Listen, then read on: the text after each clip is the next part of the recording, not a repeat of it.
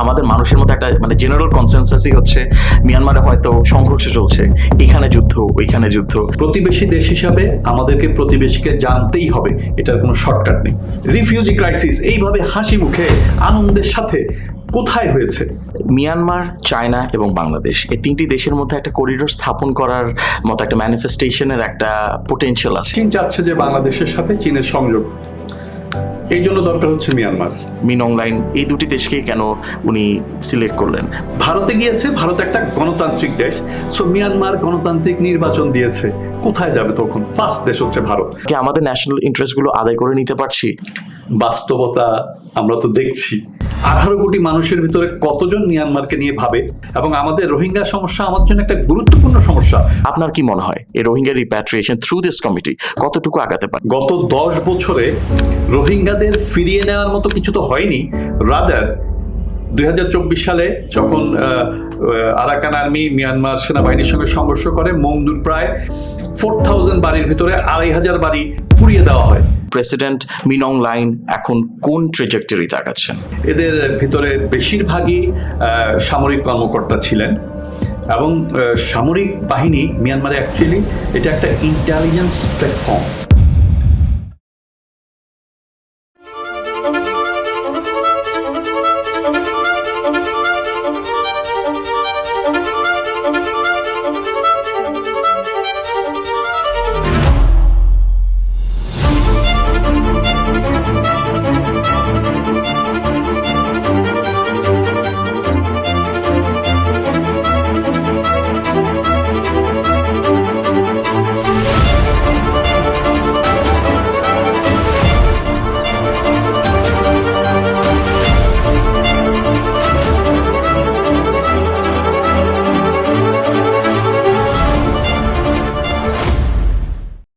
সুপ্রিয় দর্শক, আমাদের সাথে থাকার জন্য আপনাদের অসংখ্য ধন্যবাদ। আমার সাথে স্টুডিওতে উপস্থিত আছেন ব্রিগেডিয়ার জেনারেল শামস। তিনি একজন অবসরপ্রাপ্ত সামরিক কর্মকর্তা এবং একই সাথে an expert on Myanmar, Rohingya and ASEAN affairs. Sir, আপনাকে অসংখ্য ধন্যবাদ আমাদের স্টুডিওতে আসার জন্য। আপনি কেমন আছেন? ধন্যবাদ আপনাকে, ভালো আছি। স্যার, এবার আপনি তো প্রায় কয়েকবার আমাদের প্ল্যাটফর্মে এসেছেন এবং খুব এনলাইটনিং কিছু ডিসকাশন দিয়েছিলেন। তো আমি আপনাকে জিজ্ঞেস করতে চাই, এটা আমি পূর্বে কখনোই জিজ্ঞেস করিনি আপনাকে, যে মিয়ানমার সম্পর্কে এবং মিয়ানমার অ্যাফেয়ার্স সম্পর্কে আপনার রিসার্চ এবং ইন্টারেস্ট ঠিক কখন ডেভেলপড হয়েছিল? দেখেন, আমাদের দুটাই প্রতিবেশী দেশ, একটা হচ্ছে ভারত আর একটা মিয়ানমার। ভারত সম্পর্কে আমরা কিন্তু বেশ ওয়াকিবহাল, আমাদের নিয়মিত ভারতে যাওয়া হয়, কিন্তু মিয়ানমারের ব্যাপারটা কেন যেন আমরা দিক কানা। আমি বলবো যে আমরা মিয়ানমারের মানুষের সঙ্গে ওরকম পরিচিত না, মিয়ানমারের ব্যাপার নিয়ে এত চিন্তিত না, এবং মিয়ানমার নিয়ে আসলে ভাবিও না, অথচ আমাদের প্রতিবেশী যাকে আমরা কখনোই বাদ দিতে পারবো না, এবং গুরুত্বপূর্ণ একটা প্রতিবেশী। আমার মিয়ানমার নিয়ে আগ্রহ শুরু হয়েছিল বেশ আগ থেকে, বাট 1999 সালে আমি প্রথম মিয়ানমার যাওয়ার সুযোগ পাই, এবং তখন আমাদের সামনে অপশন ছিল ভারত, নেপাল এবং মিয়ানমার। আমি মিয়ানমারকেই বেছে নিয়েছিলাম যে আমরা ভারত নেপালে যেতে পারবো, কিন্তু মিয়ানমারে কখনো যাব এটা আসলে কখনো চিন্তা করা যায়নি। তখন আমরা মিয়ানমারে গিয়েছি, এবং তখন একটা জিনিস দেখেছি যে মিয়ানমার সম্পর্কে আমরা যা ভাবতাম যে ওরা কতটুকু ডেভেলপ কিনা, কেমন অবস্থায় আছে, কিন্তু গিয়ে যা দেখলাম অদ্ভুত। তখনই তাদের সুন্দর এসি বাস ছিল, সুন্দর রাস্তাঘাট ছিল, ডিজিটাল সিনেমা হল ছিল, এবং মানুষগুলোর মনে একটু হাসি কম ছিল, কিন্তু দেশের উন্নতিতে কোনো সমস্যা ছিল না। এরপর থেকে আমি আসার পরে মিয়ানমার নিয়ে পড়াশোনা শুরু করলাম এবং কিছু কিছু জানার চেষ্টা করলাম। 2017 সাল থেকে আমি একদম স্পেসিফিক মিয়ানমার সম্পর্কে জানার জন্য ইন্টারেস্টেড হয়ে গেলাম। That time I was faculty, national defence college. আমাদের নেবারিং কান্ট্রি স্টাডি বলে একটা সাবজেক্ট তখন ছিল। ওই সাবজেক্টটার জন্য আমি দেখলাম যে মিয়ানমার সম্পর্কে খুব কম ইনফরমেশন আছে। Then I have started collecting book on Myanmar. বাইরের দেশে মিয়ানমারকে নিয়ে অনেক ইংলিশে বই লেখা আছে, কিন্তু আমাদের দেশে মিয়ানমারকে নিয়ে বাংলায় খুব কম লেখা বই ছিল।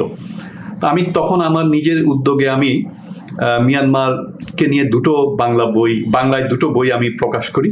একটা দেশ, জাতি এবং সংঘাত, আর একটা প্রতিবেশী দেশ এবং রোহিঙ্গা সমস্যা, because by then Rohingya crisis শুরু হয়ে গেছে এবং we are focused on this Rohingya crisis. এটাই হচ্ছে আমার মিয়ানমারকে নিয়ে শুরু। এরপর থেকে আমি কন্টিনিউ করে যাচ্ছি লাস্ট 10 বছরের মতো বলতে পারেন। আমি মিয়ানমারকে ইট বিকেম মাই প্যাশন। আমি সব সময় আমার সময়ের কিছু অংশ মিয়ানমারকে জানার বোঝার জন্য আমি রেখে দিই। এবং ঠিক মুখ্য সময়ে কিন্তু আপনার মিয়ানমার নিয়ে ইন্টারেস্টটাকে আপনি প্রকাশ করতে পেরেছিলেন। 2017-তে কিন্তু স্যার ওই ম্যাসিভ ইনফ্লাক্সটা আমাদের দেশে চলে আসে। তো স্যার কথাটা শুনে খুবই ভালো লাগলো এবং আশা করবো যে পরবর্তীতে মিয়ানমার সম্পর্কিত আমাদের যে এপিসোডগুলো হবে আপনি আমাদের ডিসকাসেন্ট হিসেবে আসবেন। এবং এখন ফরেন পলিসির দিকে আমি একটু রিফ্লেক্ট করতে চাচ্ছি। প্রত্যেকটি দেশেরই তো একটা ফরেন পলিসি আছে, এটা প্রত্যেকটি দেশের কনস্টিটিউশনে এটা এনশ্রাইন্ড। তো বাংলাদেশে যেরকম রয়েছে friendship towards all and malice towards none, একটি সাকসেসফুল ফরেন পলিসি বলতে আপনি কি বোঝেন? ধন্যবাদ। সাকসেসফুল ফরেন পলিসি হচ্ছে প্রথমে জাতীয় নিরাপত্তা। আমাদের একটা জাতি, একটা সভরেন একটা নেশন থাকতে হবে। দেন এই নেশনকে চালিয়ে নিতে হলে আমাদের লাগবে অর্থনীতি, বাণিজ্য। এরপর বিশ্বের কাছে পরিচিতি করে তোলার জন্য আমাদের লাগবে বন্ধুত্বপূর্ণ কূটনীতিক এবং কূটনীতি। এটি হচ্ছে ফরেন পলিসির মূল লক্ষ্য। ফরেন পলিসি হচ্ছে এরকম একটা জিনিস যেটা আমাদের বিনিয়োগকে আকর্ষণ করবে, দেশকে বিশ্বের কাছে পরিচিতি মূলকভাবে তুলে ধরবে এবং কোনো প্রতিবেশী বা কোনো দেশের সাথে কোনো সংঘাতে জড়াবে না। আচ্ছা, এছাড়াও যে কোনো একটা অঞ্চলে বৃহৎ শক্তি থাকে বা আঞ্চলিক শক্তি থাকে, ফরেন পলিসির লক্ষ্য হবে ওদেরকে ব্যালেন্স করে নিজের স্বার্থটাকে আদায় করে নেওয়া। এটাই হচ্ছে একটা ফরেন পলিসি। এবং একটা দেশ যত এই ফরেন পলিসিটাকে বিশ্বের সামনে তুলে ধরতে পারবে ততই কিন্তু তাদের উন্নয়ন এবং অগ্রগতি সাধিত হবে। আচ্ছা, thank you so much sir, very reflective answer. তো আমি এখন মিয়ানমারের ফরেন পলিসি সম্পর্কে আপনাকে জিজ্ঞেস করতে চাচ্ছিলাম। অনেক বিশ্লেষণে আমরা শুনতে পাই এবং আমরা পড়তে পারি যেখানে বলা হয়েছে বৌদ্ধ ধর্ম এবং জাতীয় ঐক্যের উপর তাদের ফরেন পলিসিটি গড়ে তোলা হয়েছে। সেটি এখন না, সেটি তাদের ইন্ডিপেন্ডেন্সের পর থেকেই এমন একটা রিফ্লেকশন আমরা দেখতে পাই। তো আপনি কি মনে করেন, এই মতামতের সাথে কি আপনি সহমত? দেখেন, এখানে সহমতের কিছু নেই। মিয়ানমার প্রায় 89% হচ্ছে বৌদ্ধ ধর্মাবলম্বী। তাদের এরপরে আছে খ্রিস্টান, তারপরে আছে মুসলমান এবং এরপরে হচ্ছে এথিস্ট, যাদের তেমন কোনো ধর্ম নেই, বিবিধ। তো একটা দেশ যাদের 90% কাছাকাছি বা 88% কাছাকাছি বৌদ্ধ, হ্যাঁ, বৌদ্ধ ধর্মের একটা রিফ্লেকশন তাদের ফরেন পলিসিতে অবশ্যই থাকবে। বাট সবসময় যে এই রিফ্লেকশনটা আমরা দেখি তা কিন্তু না। কিন্তু রোহিঙ্গাদের ক্ষেত্রে এই রিফ্লেকশনটা আমরা খুব তীব্রভাবে দেখেছি এবং রোহিঙ্গাদের বিরুদ্ধে রাখাইনের যে ঘৃণাটাকে উস্কে দিতে পেরেছিল এবং যার কারণে 2017 সালে আমাদের 11 লাখ রোহিঙ্গা মিয়ানমার থেকে চলে আসে, তখন এটা সফলতার সাথে এটা প্রয়োগ করা হয়েছে। পরবর্তীতে আমরা কিন্তু এটা রিফ্লেকশন তেমন একটা দেখি না। এরপরেই কিন্তু মিয়ানমার গৃহযুদ্ধে জড়িয়ে যায়, যদিও 8 দশক ধরে গৃহযুদ্ধ ছিল। এই গৃহযুদ্ধের সময় যখন মিয়ানমার কিন্তু এর ফাঁকেই মিয়ানমার কিন্তু গণতান্ত্রিক একটা স্বাদ পেয়েছিল, গণতন্ত্রের স্বাদ যখন তারা পেয়েছিল, তারপর যখন 2021 সালে আবার সামরিক শাসন আসে, তখন কিন্তু মিয়ানমারের গৃহযুদ্ধ আরো প্রবল আকার ধারণ করে, সংখ্যাটা বেড়ে যায়। সংখ্যা তাহলে কারা ছিল? সবাই তো বৌদ্ধ।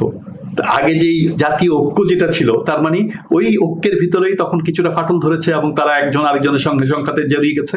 এখানে আরেকটা জিনিস দেখার ব্যাপার হলো, এখানে যারা মূল দল, একসময় ভামাররা ছিল মিয়ানমারের মূল শক্তি এবং তারা বৌদ্ধ ধর্মাবলম্বী এবং মিয়ানমারের প্রায় 69% জনগোষ্ঠী ভামার এবং মিয়ানমার সেনাবাহিনী ভামার ডমিনেটেড। এই ভামারদের থেকেই কিন্তু এনইউজি হয়েছে, ন্যাশনাল ইউনিটি গভর্নমেন্ট হয়েছে।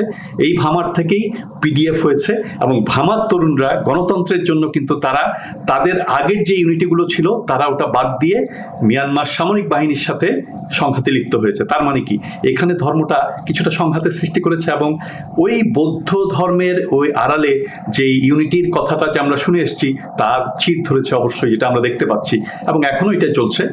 এবং যার কারণেই দীর্ঘদিন ধরে চলা সামরিক শাসনের পরও মিয়ানমারে কিন্তু গণতান্ত্রিক পদ্ধতিতে মিয়ানমারের সরকার এগিয়ে এসেছে এবং মিয়ানমারে নির্বাচন হয়েছে। কিভাবে নির্বাচন হয়েছে ওটা আমার চিন্তার বিষয় নাই, বাট গণতান্ত্রিক পদ্ধতিতে নির্বাচনের যে একটা ইচ্ছা এতগুলো দশক পরে এসেছে মিয়ানমারে, আমি একে সাধুবাদ জানাই।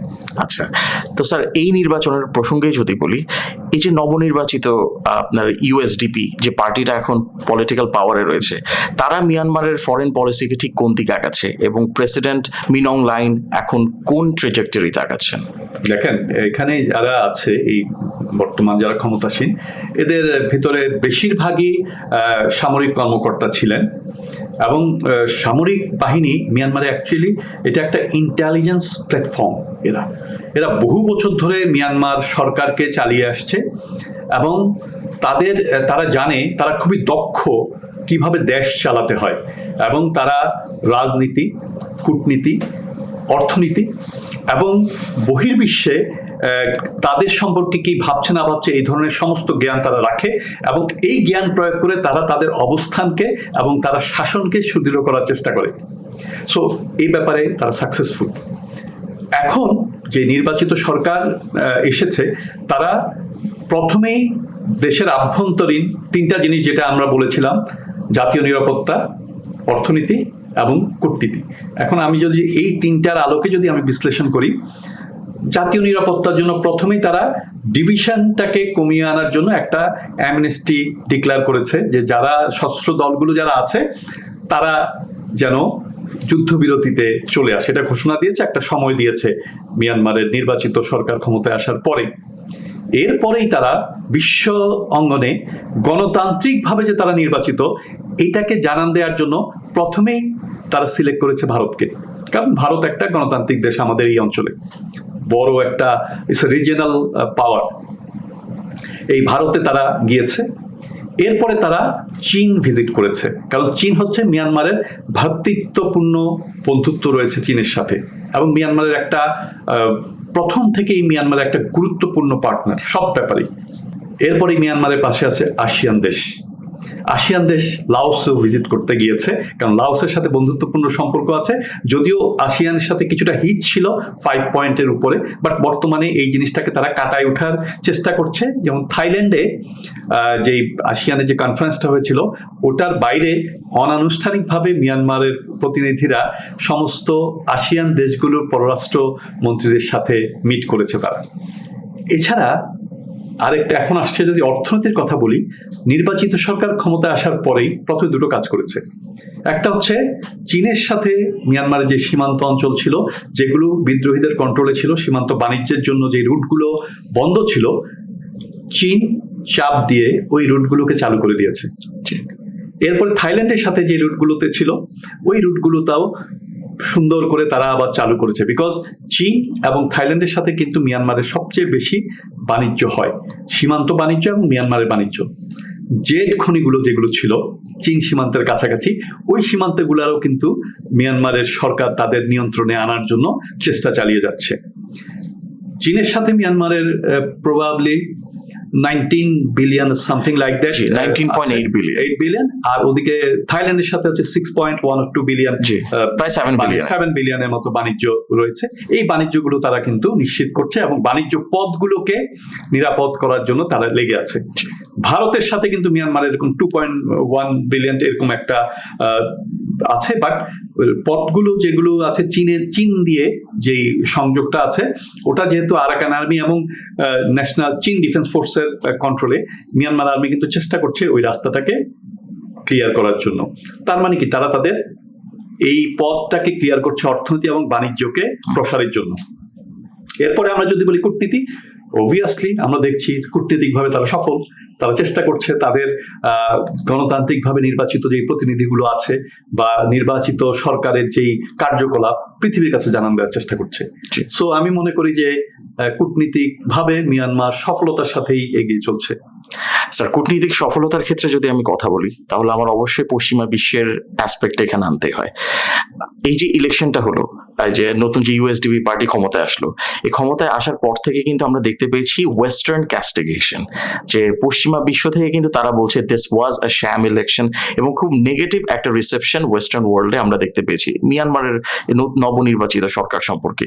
তারা কি মিয়ানমারের সরকারের পক্ষ থেকে কি কোনো ধরনের রেকগনিশন আদায় করার মতো কোনো অ্যাপ্রোচ আমরা দেখতে পাচ্ছি, বা কোনো সাকসেসফুল রেজাল্ট কি বের হয়ে আসতে পেরেছে এই ইন্টারাকশন থেকে?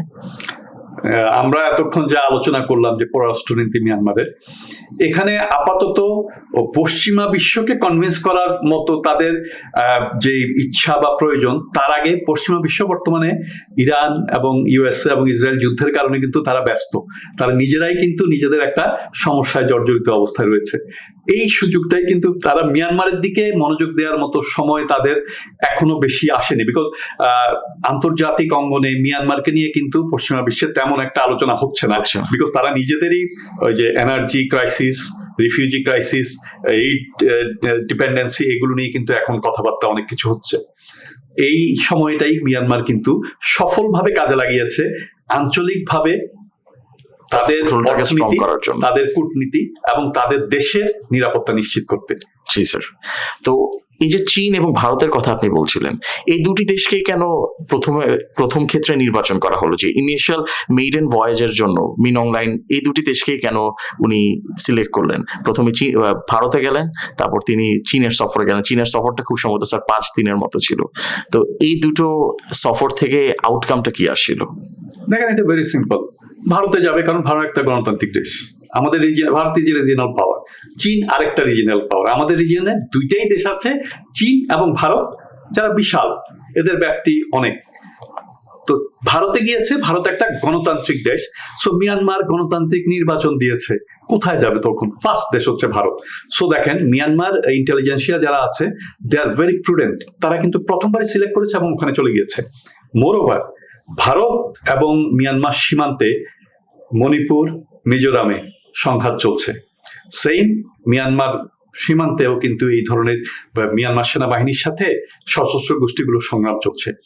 এই বর্ডারটা ভারতের সাথে মিয়ানমারের প্রায় 1643 কিলোমিটার বর্ডার আছে। এখানে কিন্তু কোনো কাঁটাতারের বেড়া ইত্যাদি ছিল না এর আগে।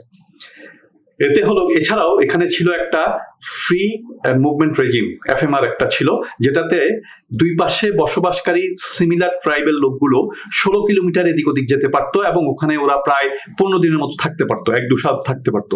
এটা কিন্তু ভারত ইদানিং বন্ধ করে দিয়েছে, কারণ ভারতের সমস্যা যেহেতু বেড়ে গেছে মিজোরাম, বিকজ মিয়ানমার থেকে অনেক উদ্বাস্তু ভারতে আশ্রয় নিয়েছে এবং ভারত হয়তো মনে করছে যে ভারতের যে সন্ত্রাসী কোনো কার্যক্রম ওরা মিয়ানমারে আসতে পারে। তো এইটাও কিন্তু একটা পয়েন্ট যেটা মিয়ানমার অ্যাড্রেস করতে পেরেছে ভারতের কাছে, এবং ভারত এবং মিয়ানমার দুজনেই বলেছে তারা তাদের ভূখণ্ডকে এই বিচ্ছিন্নতাবাদীদের জন্য ব্যবহার করতে দিবে না। It's a very good achievement. এবং যখনই মিয়ানমার এনশিওর করবে যে ভারত ব্যবহার করতে দিবে না, then Myanmar can take action to control তাদের যে বিদ্রোহী গোষ্ঠীগুলো আছে তাদেরকে। সেম ভারতের জন্য এটা একটা বেনিফিশিয়াল একটা ব্যাপার হবে, কারণ মিয়ানমারে তারা আর পালিয়ে আসতে পারবে না। দ্যাট মিনস দা ভিতরের যে আনস্টেবিলিটি আছে, আভ্যন্তরীণ যে আনস্টেবিলিটি গুলো আছে, ওটা ভারত নিজেদের ভিতরে কন্টেইন করতে পারবে। আচ্ছা স্যার, চীনের ক্ষেত্রে আমি যদি আপনাকে জিজ্ঞেস করি, তারা তো এবারে যে মিটিংটা হয়েছিল মিন অং লাইনের সাথে, দুই নেতা বসে কিন্তু 18-র মতো তারা কিছু সাইন করেছে কিছু ডকুমেন্টস। তো এমওইউ যে সাইন করেছে, এটার আপনার কি মনে হয় এটার ফিজিক্যাল ম্যানিফেস্টেশন বা যা কিছু তারা একটা মানে প্রতিজ্ঞা স্বরূপই করে এসেছে, এটা কি বাস্তবায়ন সম্ভব হবে নাকি একটু বেশি আইডিয়ালিস্টিক হয়ে যাচ্ছে এদিকে আগানোটা? না, এটা বাস্তবায়ন তো হচ্ছেই, কাজগুলো কিন্তু বাস্তবায়ন হচ্ছে। ফ্রি মুভমেন্ট, ফ্রি ট্রেড, এইসব জিনিসগুলো তো চায়নার সাথেই চলছেই। এখানে ওরকম তেমন কিছু নেই। প্রথম ব্যাপারটা হলো যে চীন মিয়ানমার এই সরকারকে স্বাগত জানিয়েছে এবং তারা বলেছে যে পক্ষ যেটা আছে, বন্ধুত্বপূর্ণ যে সম্পর্ক, এটা কন্টিনিউ করবে। এবং মিয়ানমারে তার আগেই কিন্তু নির্বাচনের পরেই কিন্তু চীনের পররাষ্ট্রমন্ত্রী মিয়ানমারে এসছে এবং তারা বলেছে যে চীনের সাথে যে সম্পর্ক আছে এটা কন্টিনিউ করবে। জি। এবং চীন মিয়ানমারকে সব দিক থেকে সাপোর্ট করে যাবে, বাণিজ্য এবং যা কিছু আছে there will be no problem. So আর এই যে 18টা যে কন্ট্রাক্ট যেটা হলো, এটা মেকং সাব রিজিয়নাল, এখানে যে মুভমেন্ট গুলো আছে, এখানে যে বাণিজ্য হচ্ছে, এই বাণিজ্যগুলোকে what should I say impetus বাড়ানোর জন্য বা ডাইনামিজম জন্য কিন্তু এই কাজগুলো হয়েছে। ইট উইল কন্টিনিউ, এখানে নাথিং স্পেশাল, বাট এতটুকু অ্যাসিওর করা গিয়েছে যে মিয়ানমারকে চীন আন্তর্জাতিক অঙ্গনে সমর্থন করে যাবে। So it's a big strength, যেটা আমরা সবসময় দেখেছি যে মিয়ানমারের বিরুদ্ধে ভেটো দিতে গেলে চীন এবং রাশিয়া সবসময় এগিয়ে আসে। সো চীন আবার কনফার্ম করলো যে তারা মিয়ানমারের সাথে আছে এবং আন্তর্জাতিক অঙ্গনে তারা মিয়ানমারকে প্রমোট করবে। It's a great achievement, I must say. Of course it is sir.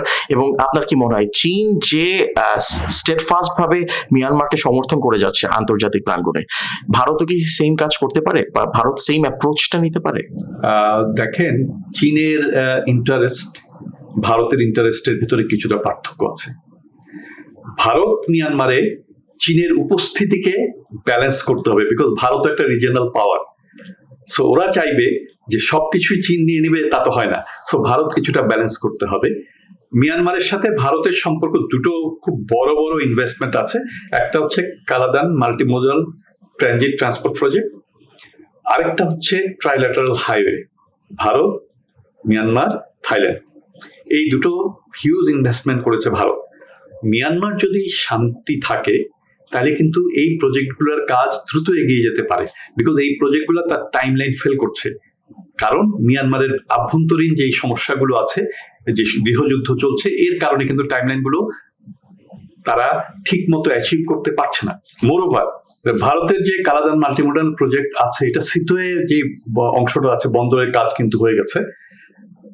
এর পালেতোয়া অংশ যেটা আছে কালাদান নদীর মুখে, পালেতোয়া থেকে শুরু করে জৈনপুই ভারতের মিজোরামের ওই যে রাস্তাটা আছে, রাস্তাটা কিন্তু কাজ বন্ধ রয়েছে। কেন? কারণ পালেতোয়া আরাকান আর্মির দখলে। পালেতোয়া কিন্তু মিয়ানমারের চীন রাজ্যের অংশ। তো চীন রাজ্যের এই শহরতলি আরাকান আর্মির দখলে, এবং আরাকান আর্মি এটা দখল করতে পেরেছে চীনেরই একটা গ্রুপকে নিয়ে, যারা মিয়ানমার সেনাবাহিনীর সঙ্গে যুদ্ধ করে এই জায়গাটা দখল করে নিয়েছে। এখন পালেতোয়া পুরোটাই আরাকান আর্মির নিয়ন্ত্রণে।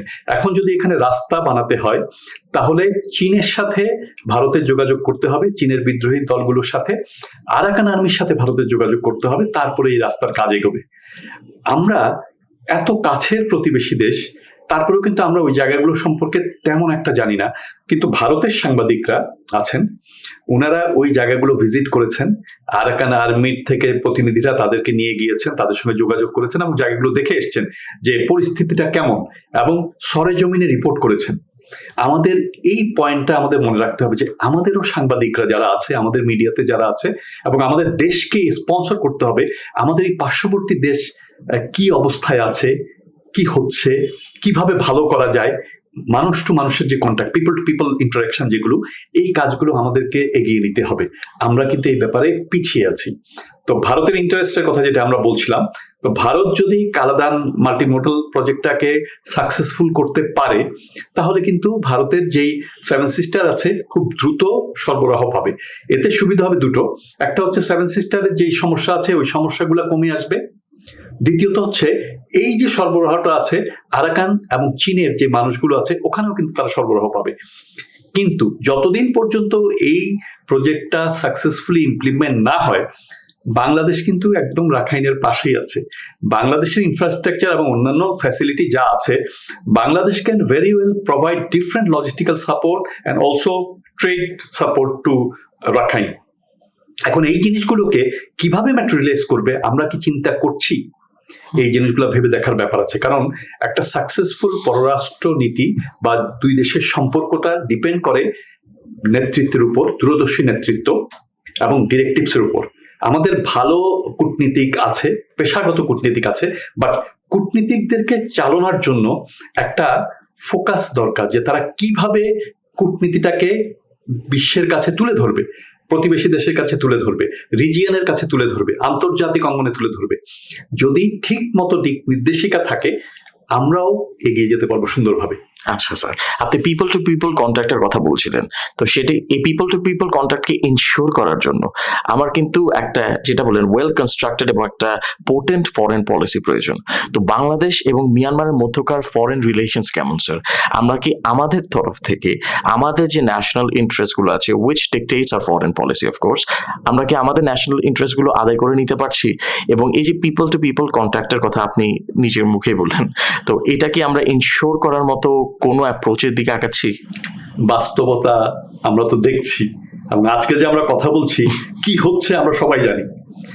আমরা কি জানি মিয়ানমারের ভাষাটা কয়জন জানে, মিয়ানমারের রাখাইনদের সাথে আমাদের কি যোগাযোগ আছে, মিয়ানমার সম্পর্কে আমরা কতটুকু সময় দেই, 18 কোটি মানুষের ভিতরে কতজন মিয়ানমারকে নিয়ে ভাবে, এবং ভাবার পরে এই ভাবা কতটুক পর্যন্ত গিয়ে পৌঁছায়। আমরা নিজেরাই আমাদের নিজস্ব যে সমস্যাগুলো আছে আমরা সমস্যাগুলো সমাধানের চেষ্টা করে যাচ্ছি, বাট এর পাশাপাশি কিন্তু আমাদেরকে এই জিনিসটাকে কিন্তু হেলাফেলা করা যাবে না, অবহেলা করা যাবে না, আমরা লেগে থাকতে হবে। এবং এই people to people contact is must. প্রতিবেশী দেশ হিসাবে আমাদেরকে প্রতিবেশীকে জানতেই হবে, এটার কোনো শর্টকাট নেই।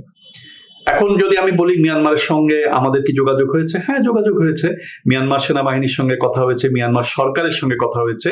নির্বাচনের পরে কি উদ্যোগ নেওয়া হয়েছে, এখনো ওরকম উদ্যোগ নেওয়া হয়নি। আশা করি সামনের দিনগুলোতে হবে, বিকজ আমাদেরও নির্বাচিত সরকার, তারা মিয়ানমারকে গুরুত্বের সাথে বিবেচনা করছেন এবং করবেন। এর প্রমাণ আমরা দেখতে পাচ্ছি যে রোহিঙ্গাদের বিষয়ে একটা জাতীয় পর্যায়ের কমিটি গঠন করা হয়েছে। এই কমিটিটা বিশাল একটা ওজনদার কমিটি, যে কমিটিতে অনেকগুলো ন্যাশনাল অর্গান আছে এবং তারা capable to deal with any type of problem. আমি বিশ্বাস করি সামনের দিনগুলোতে এই কমিটি কাজ করবে আরাকান আর্মির সাথে, রাখাইনের জনগণের সাথে, রাখাইনের রাজনৈতিক দলগুলোর সাথে, মিয়ানমার সরকারের সাথে, মিয়ানমার সামরিক বাহিনীর সাথে। অবশ্যই তারা যোগাযোগ করতে পারে এবং তারা একটা ফল অবশ্যই তারা আনতে পারবে। এতে ট্র্যাক 1 ডিপ্লোমেসি যেটা ফর্মাল, ট্র্যাক 2 ডিপ্লোমেসি যেটা ইনফর্মাল, ট্র্যাক 1.5 ডিপ্লোমেসি, সব তারা একসঙ্গে আগাবে। বিকজ আমাদের দেশের ইন্টারেস্ট আমরা কিভাবে পূরণ করা যায় আমরা অবশ্যই ওটা দেখব। এবং আমাদের রোহিঙ্গা সমস্যা আমার জন্য একটা গুরুত্বপূর্ণ সমস্যা। 10 বছর হচ্ছে, আমি অগাস্ট 25 তারিখে লিখবো রোহিঙ্গা সমস্যা 10 বছর। আমি 3 বছর থেকে লেখা শুরু করেছি, 3 বছর 4 বছর 5 বছর লিখেই যাচ্ছি, কোনো সমাধান দেখছি না। মনের ভিতরে অনেক আশা আছে, আশাটার বাস্তবায়ন আমি এখনো দেখছি না। সো 10 বছর আমি দেখব, আশা করি যে আমরা কিছুটা এগিয়ে যেতে পারবো। গত বছর কিছুটা এগিয়েছে, যে মিয়ানমার আউট অফ 8 লাখ প্রায় 1 লাখ 1.5 লাখের মতো তাদের নাগরিক বলে স্বীকার করেছে। নেবে কি নেবে না পরে অ্যাটলিস্ট স্বীকার তো করেছে, তাদের ডাটাবেস মেনে নিয়েছে। এছাড়াও আমাদের জাতিসংঘের সেক্রেটারি জেনারেল উনি ভিজিট করেছেন। এগুলো একটা achievement from Bangladesh side. But আমি আশা করব যে গণতান্ত্রিকভাবে নির্বাচিত সরকার আরো কিছু দেখাবে যেটাতে সমস্যাটা সমাধান হবে অদূর ভবিষ্যতে। অবশ্যই স্যার, সমাধানের দিকে আমাদের আগাতে হবে। তো আমি আপনাকে ন্যাশনাল কমিটি সম্পর্কে একটু প্রশ্ন করতে চাচ্ছি। এটা মাল্টি স্টেক হোল্ডার একটা অ্যাপ্রোচ তারা নিতে যাচ্ছে। সেখানে ইন্টেলিজেন্স থেকে রিপ্রেজেন্টেটিভ আছে, সেখানে প্ল্যানিং কমিশন, ডিফেন্স কমিশন, এমন কোনো কমিশন নেই বা এমন কোনো মিনিস্ট্রি নেই যেখান থেকে হয়তো রিপ্রেজেন্টেশন নেই, যেটি হয়তো মিয়ানমারের সাথে আমাদের ডিপ্লোমেসির দিকে আগাতে সহায়তা করবে। এবং অবশ্যই রোহিঙ্গা রিলেটেড যে কয়টি অ্যাসোসিয়েশন বা যে অ্যাফিলিয়েটেড অফিসার্সগুলো রয়েছে তারা সবাই এর সঙ্গে সম্পৃক্ত। তো এই যে ন্যাশনাল কমিটিটা, যেটা ন্যাশনাল কমিটি ফর, সত্যি কথা বলতে গেলে স্যার এটা রোহিঙ্গা রিপ্যাট্রিয়েশনের দিকে আগানোরই চেষ্টা করা হচ্ছে। তো আপনার কি মনে হয় এই Rohingya repatriation through this committee কতটুকু আগাতে পারে, মানে তাদের অ্যাপ্রোচটা কেমন হতে পারে এবং আমাদের আউটকামটা আমরা ঠিক কেমন এক্সপেক্ট করতে পারবো? এটা হচ্ছে প্রথমেই হচ্ছে ন্যাশনাল ইউনিটি। আমরা আসলে জাতিগতভাবে আমাদেরকে সিদ্ধান্ত নিতে হবে যে আমরা কি চাই এই সমস্যার সমাধানে। ঐক্য দরকার, রাজনৈতিক নেতৃত্বের সঠিক দিক নির্দেশনা, সঠিক পদক্ষেপ আমরা দেখলাম যে একটা কমিটি হয়ে গেছে। এখন এই কমিটিতে কিন্তু কোনো কিছুই বাদ নাই, সমস্ত এলিমেন্ট আছে। আরো যদি কোনো এলিমেন্ট জোগাড় করার দরকার, তাদের ওই ফ্লেক্সিবিলিটিটা আছে, they can very well incorporate. তাইলে এরা অবশ্যই পারবে, কিন্তু পারবে কতটুকু? বাংলাদেশের কমিটি বাংলাদেশের ভিতরে কাজ করতে পারবে, হ্যাঁ, একটা এলিমেন্ট মিয়ানমারের সাথে নেগোসিয়েশনে আসবে, বাট যেখানে তারা ফিরে যাবে ওখানের পরিস্থিতি সম্পর্কে কিন্তু আমরা তেমন একটা ওয়াকিবহাল নই। রাখাইনে যদি ফিরে যেতে হয় রোহিঙ্গাদেরকে, রাখাইনে রোহিঙ্গাদের গ্রহণযোগ্যতা বাড়াতে চেষ্টা করতে হবে। রাখাইন হচ্ছে একটা অনুন্নত জনপদ মিয়ানমারের রিসোর্সের কিন্তু কোনো অভাব নেই, very rich in all types of resources. রাখাইনেও কিন্তু অনেক কিছুই আছে, কিন্তু রাখাইনে রোহিঙ্গাদের নেয়ার জন্য যেই ধরনের যেই মানসিকতা তাদেরকে রিপালস করেছিল রাখাইন থেকে, ওই মানসিকতাকে অ্যাকসেপ্টেন্সে চেঞ্জ করতে হলে যে কাজগুলো করার দরকার, ওই কাজগুলা কি মিয়ানমার সরকার, আরাকান আর্মি, আন্তর্জাতিক মহল কেউ কি করেছে? আচ্ছা, রাখাইনের যে অর্থনৈতিক সমৃদ্ধি দরকার, যেই সমৃদ্ধি মানুষের ভিতরে ঘৃণাকে কমিয়ে দেয়, মানুষের ভিতরে কম্পিটিটিভ অ্যাটিটিউডকে কমিয়ে দেয়, মানুষকে আপন করে নেয়ার একটা সুযোগ দেয়, ওইসব কি কিছু এখনো হয়েছে? যেটা কফি আনান কমিশনে বলা হয়েছিল, এখন পর্যন্ত কিছু হয়নি। দ্যাট মিনস গত 10 বছরে রোহিঙ্গাদের ফিরিয়ে নেওয়ার মতো কিছু তো হয়নি। রাদার 2024 সালে যখন আরাকান আর্মি মিয়ানমার সেনাবাহিনীর সঙ্গে সংঘর্ষ করে, মংদুর প্রায় 4000 বাড়ির ভিতরে 2500 বাড়ি পুড়িয়ে দেওয়া হয়, আবার নতুন করে রোহিঙ্গা ইনফ্লাক্স হয় বাংলাদেশে। সো এইগুলো কি আমাদের সামনে তুলে ধরে যে এখন পর্যন্ত মিয়ানমার সাইডে কিছু হয়নি। সো আমাদের সাইড থেকে আমরা 2026-এ সিদ্ধান্ত নিয়েছি একটা জাতীয় কমিটি, এই কমিটি কাজ করুক, কাজ করা শুরু করলে আমরা দেখতে পাবো যে তারা কিভাবে এগিয়ে যাচ্ছে, এবং তখন তাদের একটা দিক নির্দেশনা পাওয়া যাবে যে আমরা কিভাবে এই সমস্যাটাকে সমাধান করব। স্যার, আপনি যে এখানে মিয়ানমারের প্রসঙ্গটা তুলে ধরলেন, আমরা তো আমাদের পক্ষ থেকে ন্যাশনাল কমিটি নিয়ে আগানোর চেষ্টাই করছি।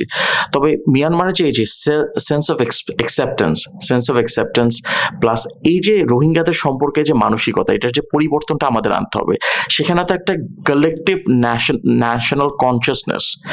ন্যাশনাল কনসিয়াসনেস একটা পরিবর্তন আনতে হবে আমাদের।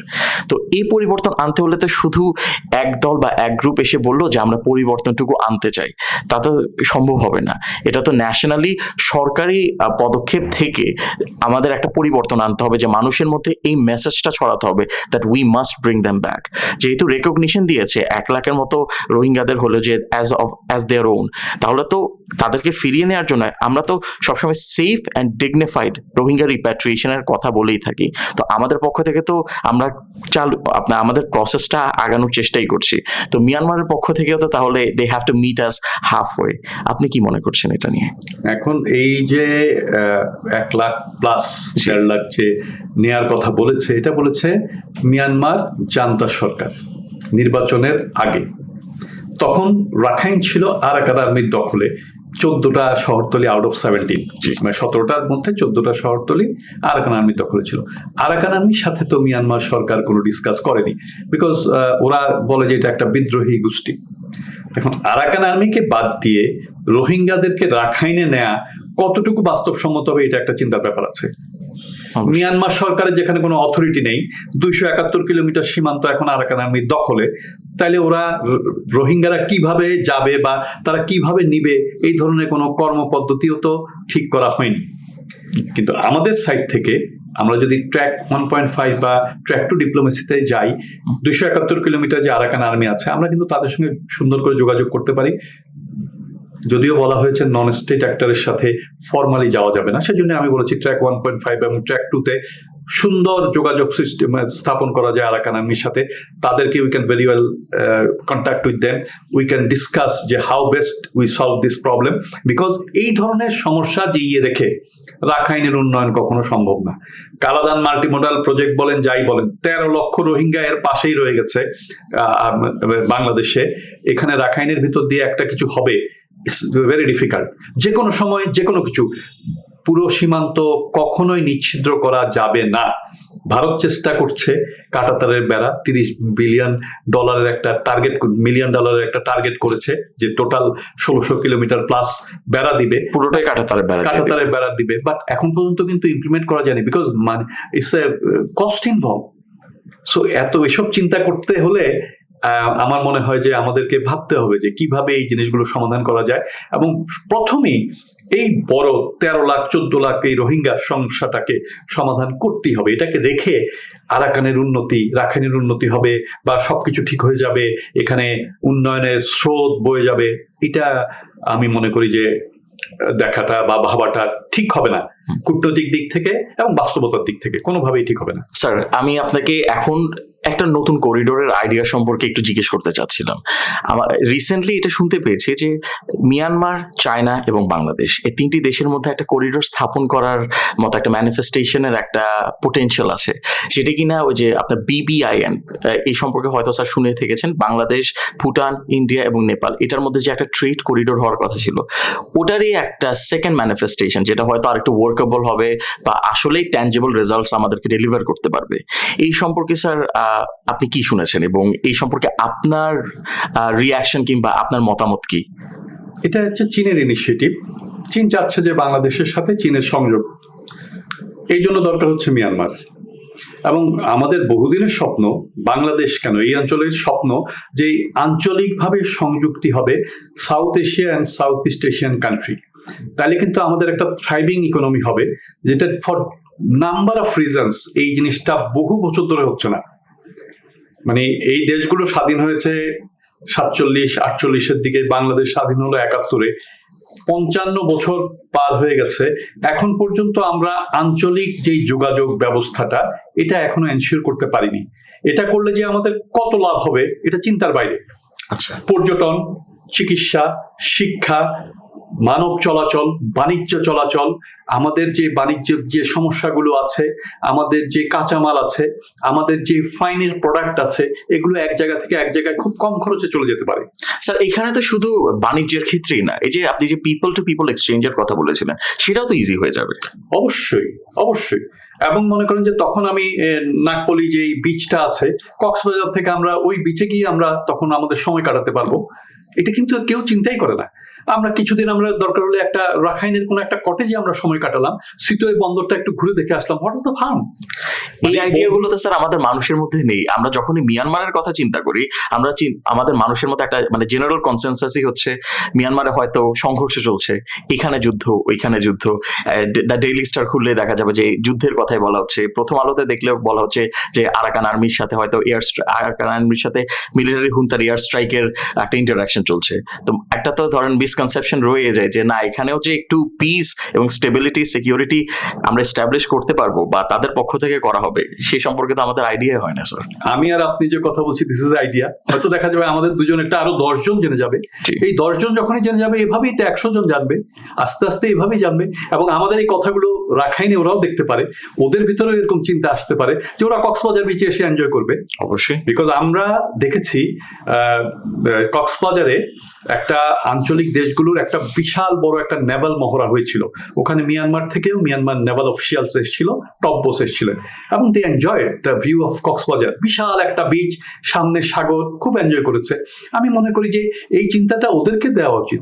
ওদের ভিতরেও আমাদের মতো নিশ্চয়ই মানসিকতার কয়েকজন লোক আছে, আর পেপারে লিখছে যারা, যারা বিশ্লেষণ করছে, লেট দেম ডু ইট।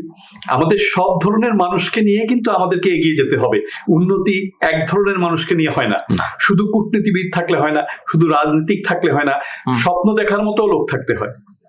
আমরা নিরাশ কেন হব? আমরা আশাবাদী, আমরা এগিয়ে যেতে চাই। অবশ্যই।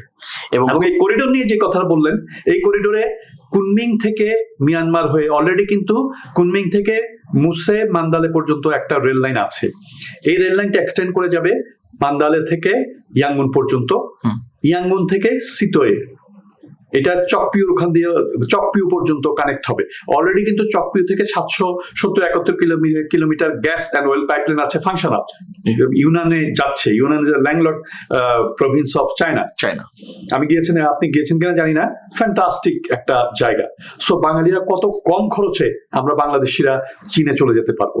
চীনে যাওয়ার আগে এক্সকিউজ মি, অফকোর্স চীনে যাওয়ার আগে আমরা মিয়ানমারের যেই ন্যাচারাল বিউটি গুলো আছে, অদ্ভুত সুন্দর একটা দেশ মিয়ানমার। আমি কতটুকুই দেখেছি, অনেকেই দেখেনি, বাট যারা দেখেছে দে আর হাইলি ইমপ্রেসড। তখন এই আমাদের দেশের মানুষরা এটা দেখতে পারে। এবং আমাদেরকে একটা সময় এসছে 21st সেঞ্চুরিতে, আমরা আমাদের মধ্যযুগীয় কিংবা বিংশ শতকের যেই ব্যাকফুটিং আমরা ছিলাম, ওখান থেকে উই শুড কাম আউট। আমাদের চিন্তা চেতনায় কিছুটা নতুনত্ব আনতে হবে এবং ওটাকে ইমপ্লিমেন্ট করার জন্য কিন্তু আমাদেরকে চেষ্টা করে যেতে হবে। এটা যদি আমরা করতে পারি, অবশ্যই আমাদের যে ম্যান টু ম্যান, যেই পিপল টু পিপল যে কন্ট্যাক্ট আছে, এই জিনিসটা মুছে যাবে। আমরা যে ডমিনেন্ট করার একটা ইচ্ছা আছে, আমাদের ডমিনেন্ট হওয়ার বা ডমিনেন্ট করার, এই জিনিসগুলো থেকে আমরা বেরিয়ে আসতে পারবো। আমাদের কারোর যখন কোনো শর্টেজ কিছু হবে, ভারত যদি এগিয়ে আসতে না পারে, মিয়ানমার এগিয়ে আসবে। মিয়ানমার যদি এগিয়ে আসতে না পারে, আসিয়ান কোনো দেশ এগিয়ে আসবে, চীন এগিয়ে আসবে, আমাদের সমস্যাগুলোর সমাধান হবে। তাহলে ইউরোপ যেভাবে এগিয়ে যাচ্ছে, আমরা এশিয়ানরা কেন পারছি না? আমরা তাদের থেকে কোন দিক থেকে ইনফেরিয়র? অবশ্যই হোক আমরা কলোনিয়াল শাসনে ছিলাম 200 বছর, ডাজন্ট ম্যাটার। আমরা কি এগুলো থেকে ওভারকাম করে আমরা এগিয়ে যেতে পারি না?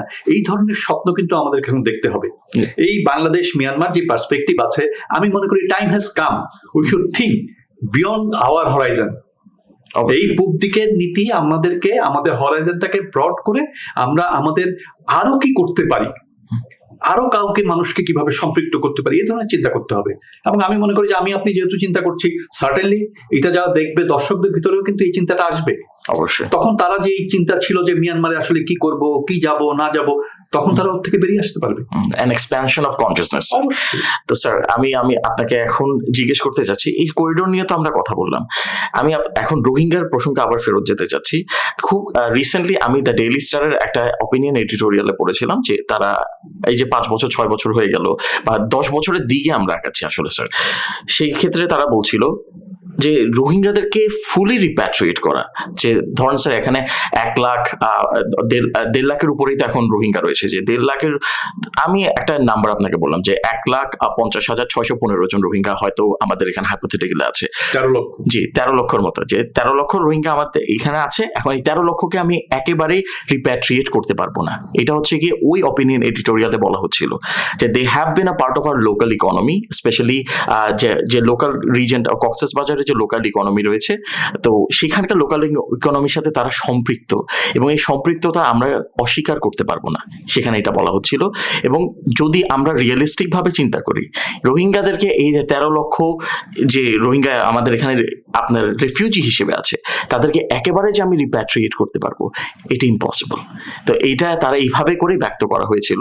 তো আপনার কি মনে হয়, আসলে কি এটা মানে অসম্ভব কিছু, নাকি যদি চেষ্টা করা হয় তাহলে মানে দুই দেশের মধ্যকার সম্পর্ক উন্নয়নের মাধ্যমে, এই করিডোরকে প্রায়োরিটাইজেশনের মাধ্যমে আমরা স্টেবিলিটি ইনশিওর করে রোহিঙ্গাদেরকেও রিপ্যাট্রিয়েট করতে পারবো, একদম ম্যান টু ম্যান? দেখেন, ইম্পসিবল শব্দটা আমি কখনোই ব্যবহার করব না, এবং কূটনীতিতে এসব হয় না বলে কোনো কিছু নাই। 2017 আগে আমরা চিন্তা করছি যে 13 লক্ষ রোহিঙ্গা এখানে আসবে না, তাহলে এটা পসিবল হয়েছে না। এবং কাউকে কোনো একটা দেশে দেখেন যে 13 লক্ষ লোক এক দেশ থেকে আরেক দেশে চলে গেছে, এটা কি দেখা গেছে? তার মানে কি প্রথম ইনস্ট্যান্স এটা হতে পারে। এন্ড লার্জেস্ট রিফিউজি ক্যাম্প হচ্ছে এটা। বিভিন্ন ভেস্টেড ইন্টারেস্ট গ্রুপ আছে, তারা চাচ্ছে যে সব রোহিঙ্গা বাংলাদেশে অ্যাডজাস্ট হয়ে যাক, অসুবিধা কি আছে? মিয়ানমার খালি হয়ে যাবে, অন্য কোনো কাজ তারা করবে। আবার কেউ চাচ্ছে যে অল্প একটু থাকুক, অল্প একটু যাক, সমস্যা আরো জিয়ে থাকুক। কেউ বলছে সব সময় থাকুক। যে যাই ভাবুক না কেন, as a Bangladeshi, as a researcher, আমি মনে করি, বাকিরা কি মনে করছে আমি চিন্তা করবো না, আমি মনে করছি রোহিঙ্গারা মিয়ানমার থেকে এসেছে, they should go back. Safe, dignified, yes, is very good. If it is possible, I don't mind. তারা সুন্দর করে হেঁটে হেঁটে হাসি মুখে চলে যাবে। বাট এই পৃথিবীতে রিফিউজি ক্রাইসিস এইভাবে হাসি মুখে আনন্দের সাথে কোথায় হয়েছে? তা আমরা কি বাস্তবতা বিবর্জিত একটা ইউটোপিয়ান এই ধরনের রিপেটিশনের কথা স্বপ্নে ভাবি? আচ্ছা, আমাদের এখানে যারা কাজ করছে আন্তর্জাতিক সংস্থা, তারা রাখাইনে যদি ঠিক আমাদের এখানে যেই টোনে কাজ করছে, যে পেসে কাজ করছে, যে মোটিভেশনে কাজ করছে, রাখাইনে তারা ওইটা কাজটা শুরু করুক। অবশ্যই হ্যাঁ, কক্সবাজার একটা উন্নত জনপদ, তাদের জন্য comfort and other things are দেয়ার। রাখাইনে কমফোর্ট থাকবে না। ইনফ্যাক্ট হিউম্যানিটেরিয়ান কাজ করতে গেলে কমফোর্ট স্যাক্রিফাইস করতেই হবে। সো রাখাইনে they should stay in the tent. আমরা সাউথ সুদানের টেন্টে ছিলাম, রোদের ভিতরে। ওখানে রিফিউজিরাও এরকম টেন্টের ভিতরে আছে, বাট ওখানে গিয়েও তো তাদেরকে কাজ করতে হবে। এক পেশে কাজ এদিকে হচ্ছে, এবং বাংলাদেশে রেখে দেখে এই জিনিসটা বলছে কেন এটা এরকম হচ্ছে না, যে আরো যদি কিছু দরকার হয়, আরো কিছু আমরা গিয়ে রাখাইনকে আরো উন্নয়নের কাজে সাহায্য করতে পারি। What is the problem? এইভাবে আমরা চিন্তা করছি না কেন? আমরা আমাদের দেশের উপর দায়ভার সবকিছু নিয়ে নিচ্ছি, কিন্তু সলিউশনের জন্য চেষ্টা করছি না। যে কোনোভাবেই আমাদেরকে চেষ্টা করতে হবে রোহিঙ্গা সমস্যাটা যেন সমাধান হয় এবং তারা যেন ফিরে যেতে পারে। ওইভাবে টার্গেট নিয়ে আমাদেরকে সবাইকে কাজ করতে হবে। যদি আমরা ঐক্যবদ্ধভাবে এক চিন্তায় যদি আমরা এভাবে কাজ করে থাকি, অবশ্যই আমরা সাকসেসফুল হব। আচ্ছা, এখানে ঐক্যবদ্ধ এবং এক চিন্তার কথা স্যার বলেছেন, তো এখানে তো শুধুমাত্র বাংলাদেশিদেরকে বোঝানো হচ্ছে না, এটাই আমার আপনার কাছে শেষ প্রশ্ন। তো আমরা আমাদের তরফ থেকে তো এই যে ন্যাশনাল কমিটি গঠন করলাম 2018 থেকে, আমরা তখন খুব সম্ভবত কিছু ফিজিক্যাল এগ্রিমেন্ট সাইন করা হয়েছিল, তারপর চায়না মিডিয়েটেড ট্রাইপার্টাইট মিটিংও করা হয়েছিল 2019-এ। তো এতদিন বাদেও কিন্তু আমরা যে পরিবর্তন দেখার প্রয়োজন সেই পরিবর্তন কিন্তু স্যার দেখতে পাচ্ছি না। যে একটা রিপ্যাট্রিয়েশন, সেই যে সেফ অ্যান্ড ডিগনিফাইড রিপ্যাট্রিয়েশনের কথাটা বলা হয়, মানে it is a big task, এবং এখানে মিয়ানমারের ইকুয়াল পার্টিসিপেশন দরকার যদি আমরা একটা সাকসেসফুল রিপ্যাট্রিয়েশন প্রসেস ইনশিওর করতে পারি। তো আমাদের তরফ থেকে তো আমরা কি করব এবং আমাদের কি করা উচিত, এই ব্যাপারগুলো আমরা ডিসকাস করলাম। এখন আপনার একাডেমিক মাইন্ড থেকে আমি এটা পিক করতে চাচ্ছিলাম যে মিয়ানমার তার পক্ষ থেকে কি করতে পারে। এটা শুধু ন্যাশনাল কনসিয়াসনেস ইনক্রিজ করা বা এই ব্যাপারে একটু পরিবর্তন আনা তা না, বাট ফিজিক্যালি এবং পলিসি বেস তারা কোন পরিবর্তনটা আনা উচিত আপনার মনে হয়? দেখেন, অনেক পরিবর্তন আনতে হবে এবং ড্রাস্টিক চেঞ্জ আনতে হবে, এগুলো যদিও সময়ের ব্যাপার। নোবডি থট যে মিয়ানমার সামরিক জান্তারা ওরা গণতান্ত্রিক নির্বাচনের পথে কখনো হাঁটবে, তাদের 8 দশক ধরে হাঁটার কোনো প্রয়োজন হয়নি। বাট 2011-তে, 2015-তে, 2020-এ নির্বাচন হয়েছে, 2025-26-এর নির্বাচনে তারা গণতান্ত্রিক পদ্ধতিতে ক্ষমতা এসছে, না আসলেও পারতো, কেউ তো তাদেরকে বাধা দিচ্ছিল না এবং তাদের কোনো তেমন একটা সমস্যা হচ্ছিল না। সাধারণ মানুষ খুব অল্পতে তুষ্ট, কোনো সমস্যা নেই। বাকি যারা অসাধারণ মানুষ তাদের সমস্ত ফ্যাসিলিটিস গুলো কিন্তু এনশিওর ছিল, তারপরেও তারা গণতান্ত্রিক পদ্ধতিতে আসছে।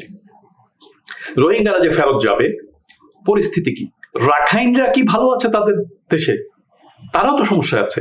তো ওরাই যদি উদ্বাস্তু হয় বা ইন্টারনালি ডিসপ্লেস থাকে, আর এরা হচ্ছে অনেকটা উদ্বাস্তু, দেশ ছেড়ে চলে এসেছে, তারা ফেরত কি করে যাবে? তার মানে পরিস্থিতিটাকে আগে নিয়ন্ত্রণে আনতে হবে। এখন পরিস্থিতি কিভাবে নিয়ন্ত্রণে আনে? সামরিকভাবে যদি আপনি কোনো কিছুকে অ্যাড্রেস করেন তাহলে সংঘাতেই বাড়বে, রক্তক্ষয় হবে। কিন্তু রাজনৈতিকভাবে যদি অ্যাডজাস্ট করা যায়, অ্যামিকেবল সেটেলমেন্ট অফ ডিসপিউট, তাইলে মনে করেন যে এই সমস্যার সমাধানগুলো হবে এবং ইট উইল টেক টাইম। অ্যাটিটিউডের পরিবর্তন দরকার আছে। আমাদের সাইড থেকে আমরা কি করতে পারি? কি হচ্ছে আমরা যদি বলি যে কোনোদিন পাঠানো যাবে না, এই ধরনের কথা যতই বাস্তববাদী হোক না কেন, আমাদেরকে এই জিনিসটা আমরা বলবো না। আমরা বলবো যে কিভাবে করা যায়, we should find out ways and means. কি করছি আমরা? আন্তর্জাতিক অঙ্গনে যত মিডিয়া আছে, আমাদের বন্ধু রাষ্ট্রগুলো যে মিডিয়াগুলো আছে, ফ্রেঞ্চ, স্প্যানিশ, অ্যারাবিক, বিভিন্ন ল্যাঙ্গুয়েজে আমরা কি করছি, মিয়ানমারে কি হচ্ছে, all the time we must keep that updated in those medias. যে কোনো একটা ঘটনা, মনে করেন যে বাংলাদেশের একটা ঘটনা অন্যান্য পৃথিবীর অনেক মিডিয়াতে ছড়ায় দেওয়া হয়, কিন্তু আমাদের যে সমস্যাগুলো আছে আমরা কিন্তু ছড়ানোর মতো আমাদের একটা ন্যাশনাল পলিসি তৈরি করতে হবে, যে সারা পৃথিবীতে, সাউথ আমেরিকা থেকে শুরু করে north America, Australia, everybody should know what is happening in this camp, something is cropping up, how best we are dealing with this. এই জিনিসগুলো আমাদেরকে অবশ্যই দেখতে হবে এবং এই সব ল্যাঙ্গুয়েজে, সো দ্যাট পৃথিবীর সব মানুষ জানবে, ফ্রেঞ্চ, স্প্যানিশ, অ্যারাবিক, পর্তুগিজ, যেসব ভাষা যতগুলো আছে তাদেরকে জানতে হবে যে অ্যাকচুয়ালি কি হচ্ছে। বাংলাদেশের গুরুত্ব বাংলাদেশকেই বাড়াতে হবে, অবশ্যই কেউ বাড়িয়ে দিবে না। যখন আমরা এই জিনিসগুলো প্ল্যাটফর্মে যখন আমরা লঞ্চ করতে পারবো, people will come to know what is Bangladesh, what Bangladesh is doing and how best they can support Bangladesh, you see. এবং এই ক্ষেত্রে কি আমরা আমাদের জার্নালিজমের অ্যাসপেক্ট থেকে আমাদের রিচটাকে বাড়ানোর চেষ্টা করব, গ্লোবালি আমাদের ফুটিংটাকে আরো স্ট্রং করার চেষ্টা করব স্যার? এটা একটা কূটনৈতিক পদক্ষেপ, এটা একটা রাষ্ট্রীয় নীতিমালা, এটা একটা লিডারশিপের ডিরেক্টিভস, এবং ফাইনাল আউটকাম আসবে জার্নালিজম, মিডিয়া এর মাধ্যমে। লেখালেখির ব্যাপারটাও আছে। আমরা বাংলায় এখনো রোহিঙ্গাদের ব্যাপারে আমরাই সচেতন না, তাহলে আমরা এখন বাংলাদেশিরা বাংলা ভাষায় সচেতনতা ডেভেলপ করার চেষ্টা করছি, পাশাপাশি ইংরেজিতে আমরা এই সচেতনতা ডেভেলপ করার চেষ্টা করতে হবে। কত পার্সেন্ট হচ্ছে এটা আমাদেরকে দেখতে হবে। We should have a team. এই যে টিমটা আছে তারা সারা পৃথিবীতে ইংরেজি ভাষায় what ever we are discussing in Bangla, ইংরেজি ভাষায় সার্কুলেট করতে পারে। ইংরেজি থেকে দেখেন circulated in French, Spanish, all those ভাষাতে তারা করতে পারে, সো দ্যাট সমস্ত প্ল্যাটফর্ম যদি অ্যাক্টিভ হয়ে যায়, world will come to know actually what is happening inside Rohingya camps, inside Bangladesh, what type of burden, মানে বাংলাদেশ কি ধরনের চাপ সহ্য করছে এই 13 লক্ষ রোহিঙ্গাকে নিয়ে, বিকজ পৃথিবীর খুব কম দেশই এত রিফিউজি বা এত ডিসপ্লেসড পার্সন হ্যান্ডেল করে। সো এই জিনিসগুলো দেখার অবকাশ হয়েছে, এবং যখন আমরা কনফিডেন্সের সাথে, আত্মবিশ্বাসের সাথে এই জিনিসগুলো পৃথিবীকে জানান দিতে পারবো, অবশ্যই সমাধান হবে। কেউ সমাধান ঠেকাতে পারবে না। অবশ্যই। এবং পরবর্তীতে এই ধরনের আরো ডেভেলপমেন্টস যখন হবে মিয়ানমারের উপর, মিয়ানমারের ফরেন পলিসির উপর, এবং অবশ্যই রোহিঙ্গা রিফিউজি ক্রাইসিসের উপর, আমি চাবো স্যার আপনি আবারও এসে আমাদেরকে এইভাবে এনলাইটেন করেছেন। Wonderful discussion, and thank you so much for coming. ধন্যবাদ আমাকে আমন্ত্রণ জানানোর জন্য। অবশ্যই স্যার, এবং আপনার আমন্ত্রণ সবসময় জন্যই থাকবে ইনশাআল্লাহ। তো সুপ্রিয় দর্শক, আমাদের সাথে থাকার জন্য আপনাদের অসংখ্য ধন্যবাদ। যদি আমাদের ভিডিওগুলো ভালো লেগে থাকে, আমাদের ফেসবুক এবং ইউটিউব চ্যানেলে আমাদের যে চেসবোর্ডের পডকাস্টের চ্যানেলটা রয়েছে সেখানে লাইক এবং সাবস্ক্রাইব করবেন রেসপেক্টিভলি, এবং আমাদের ভিডিওগুলোতে কমেন্ট করে জানাবেন যে পরবর্তীতে আপনারা কেমন ডিসকাশন দেখতে চান, কি টপিকের উপর ডিসকাশন দেখতে চান, এবং আমাদের বর্তমান ভিডিওগুলো আপনাদের কেমন লাগছে। এবং অবশ্যই ফ্রেন্ডস এবং ফ্যামিলির সাথে আমাদের ভিডিওগুলো শেয়ার করবেন। Until next time, thank you so much.